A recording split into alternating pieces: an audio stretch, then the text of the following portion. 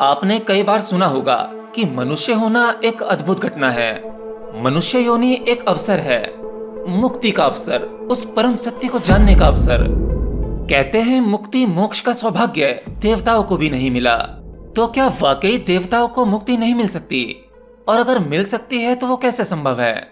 चलिए इसे थोड़ा डिटेल में समझने की कोशिश करते हैं।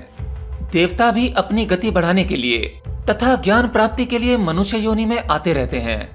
देव योनि में मुक्ति इसलिए नहीं मिल पाती क्योंकि वहाँ सुख ही सुख है, और जहाँ केवल सुख ही सुख होता है वहाँ बेहोशी गहरी हो जाती है। लेकिन मनुष्य योनि में दुख है, और दुख ही हमारी बेहोशी को तोड़ते हैं, हमें झकझोरते हैं, हमें होश में लाते हैं। दुख तो वो कड़वी दवाई है जो तुम्हारा आध्यात्मिक उपचार कर सकती है।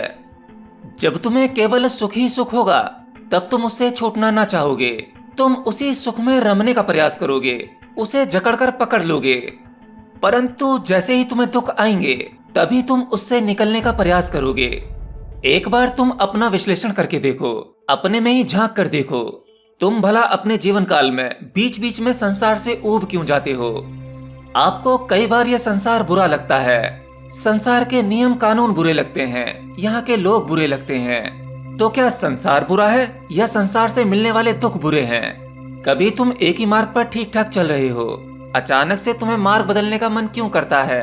तुम क्यों बार बार खुद को और लोगों को कहते फिरते हो कि ये संसार मोह माया है, यहाँ कुछ नहीं रखा, केवल दुख ही दुख है। जब तुम्हारे जीवन में केवल सुख ही सुख होता है तब तुम उस परमात्मा को कभी याद नहीं करते। पर जैसे ही तुम्हारे जीवन में ठोकरें शुरू होती हैं तब तुम गुरुओं की तलाश करते हो, मंदिरों में जाना शुरू करते हो, अचानक से धार्मिक किताबें पढ़ने में रुचि आ जाती है। कभी तुम हमेशा पैसा कमाने की बात करते हो, स्त्री पुरुष को भोगने की बात करते हो, जीवन में सबसे ज्यादा सफल होने की बात करते हो, घर परिवार की बात करते हो। फिर बीच में ऐसा क्या हो जाता है कि तुम परमात्मा की बात करते हो, आत्मा की बात करते हो, ये शरीर मन की बात करते हो। क्योंकि जीवन में दुख आते ही तुम्हारी रुचि संसार से कम हो जाती है और एक दूसरी खोज करने का मन करता है। तो सुख में तुम्हारे भीतर ऐसा क्या बदलता है जब यह संसार अच्छा लगने लगता है? मनुष्य होना एक सौभाग्य प्रतीत होता है, पर जैसे ही दुख आता है तो तुम्हारे भीतर ऐसा क्या बदल जाता है कि मानो तुम्हारे भीतर बैठा कोई कैदी जेल से छूटना चाहता है। ये संसार ही जेल लगने लगती है। अब जरा ये सोचो, मनुष्य योनि में रहते हुए अगर आपको केवल सुख ही सुख मिले, कभी दुख का एहसास भी ना हो, तो क्या कभी तुम मुक्ति मोक्ष की बातें करोगे, आत्मा परमात्मा को याद करोगे? तब तुम भला मोक्ष क्यों चाहोगे? मुक्ति किससे चाहोगे? सुख से? सुख से कौन मुक्त होना चाहेगा? जब जीवन में दुख आते हैं, कठिनाइयां आती हैं, तभी तुम्हारे भीतर मुक्ति और मोक्ष का बीज अंकुरित होता है। एक मनुष्य अपने जन्म से मृत्यु तक यानी पूरा जीवन दुख से बचने के उपाय ढूंढता रहता है, अपने ही दुखों से लड़ता रहता है और सुख की आकांक्षा करता है। लेकिन मनुष्य सुख दुख के रहस्य को नहीं जानता। अगर तुम्हें दुख से मुक्ति चाहिए तो तुम्हें सुख की आकांक्षा भी छोड़नी होगी। यानी अगर तुम अपने दुख को नकारोगे और उसे स्वीकार नहीं करोगे, केवल सुख पाने की इच्छा रखोगे, तो जो तुम सुख पाने की इच्छा रख रहे हो वो तुम्हारे दुख का ही दूसरा छोर है। यानी सुख और दुख एक ही चीज है। अर्थात तुम जैसे ही सुख को पकड़ोगे तो जानो तुमने दुख को ही पकड़ लिया। तो स्वर्गलोक या देव योनि का केवल इतना ही अर्थ है, जहाँ सुख ही सुख है वहाँ शरीर की आयु भी नहीं बढ़ती, क्योंकि वहाँ हमारे जैसा ये पंच तत्वों वाला शरीर नहीं होता, तो शरीर में रोग भी नहीं होते। तो वहाँ ऐसी पीड़ा होती ही नहीं जैसी मनुष्य भोगता है। तो मनुष्य को दर्द होता है, पीड़ा होती है, तभी वो उससे मुक्त होना चाहता है। वहाँ ना तो दर्द है, ना कोई पीड़ा है, ना ही किसी प्रकार का दुख है, तो भला देव योनि में कौन मुक्त होना चाहेगा? इसलिए देवता भी सुख के बंधन में बंध जाते हैं और वो उस बंधन से मुक्त होना ही नहीं चाहते। तो जिसने भी इस प्रकार की घोषणा की है कि देव योनि से मुक्ति संभव नहीं है, उन्होंने इसे बहुत गहरे में समझने का प्रयास किया है। आपने एक बात तो सुनी होगी कि आवश्यकता ही आविष्कार की जननी है। आज हमारे पास में ढेरों योग साधनाएं हैं, ढेरों क्रियाएं हैं, मंत्र जाप हैं। मनुष्य की हर एक खराब परिस्थिति से निकलने के लिए कुछ ना कुछ साधन या साधना अवश्य मौजूद है। इन सभी साधनाओं की खोज मनुष्य के दुखों के कारण ही हुई है। अगर इस पृथ्वी लोक पर स्वर्ग जैसा वातावरण रहा होता तो इतने कष्ट, पीड़ाएं और दुख नहीं होते, और ये सब अगर नहीं होता तो इनके उपचार भी नहीं ढूंढे जाते। अर्थात ना तो आज हमारे पास में योग साधनाएं होती, ध्यान होता, ना ही वेद उपनिषद होते। आज का इंसान यह सोचता है कि संसार में सबसे बड़े सुख 3 चीजों से मिलते हैं। नंबर 1, बहुत अधिक धन कमाना।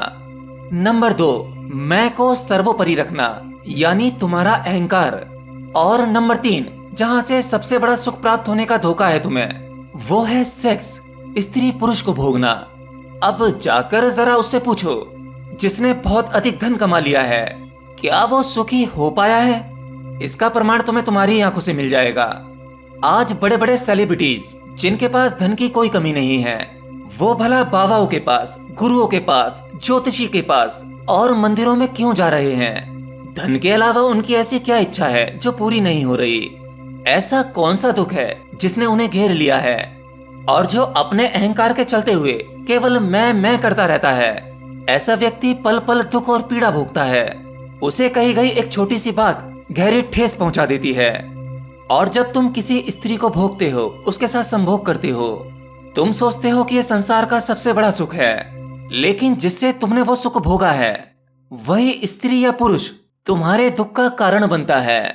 इसीलिए पति पत्नियों के बीच में जितना वो एक दूसरे के साथ सुख भोगते हैं, उतना ही उनके बीच में झगड़ा होता है।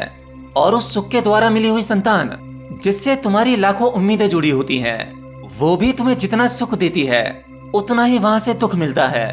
तो ये मृत्यु लोक है। यहाँ इतने दुख मिलना ही ये हमारा सौभाग्य बन जाता है, क्योंकि यही सभी दुख और पीड़ाएं एक नई खोज को जन्म देती हैं। इन्हीं सबको भोगते भोगते तुम इतने थक जाते हो, इतने ऊब जाते हो, फिर कहते हो कि ये मुक्ति क्या है, मोक्ष क्या है, आत्मा परमात्मा क्या है। हाँ, मनुष्य होना एक दंड है, लेकिन अगर वही मनुष्य जाग जाए और अपने स्वयं में जाने का प्रयास करे, तो यही दंड उपहार बन जाता है। ऐसा मनुष्य देवताओं की योनि से भी ऊपर हो जाता है। फिर देवता भी उससे जलन महसूस करते हैं। वो कहते हैं अभी से वह उपलब्ध हो गया जो हमें मिलने का सौभाग्य ही नहीं है। हालांकि यहाँ परमात्मा के अलावा कुछ भी स्थिर नहीं है, यानी देवता भी अमर नहीं होते। चाहे ये लोग हो या कोई अन्य लोग हो, परिवर्तन हर जगह होता है। इसलिए सृष्टि में कुछ भी परमानेंट नहीं है, केवल वह परमात्मा ही जो अकर्ता है, अपरिवर्तनशील है, वही एक परम सत्य है। बाकी सब बदल जाएगा।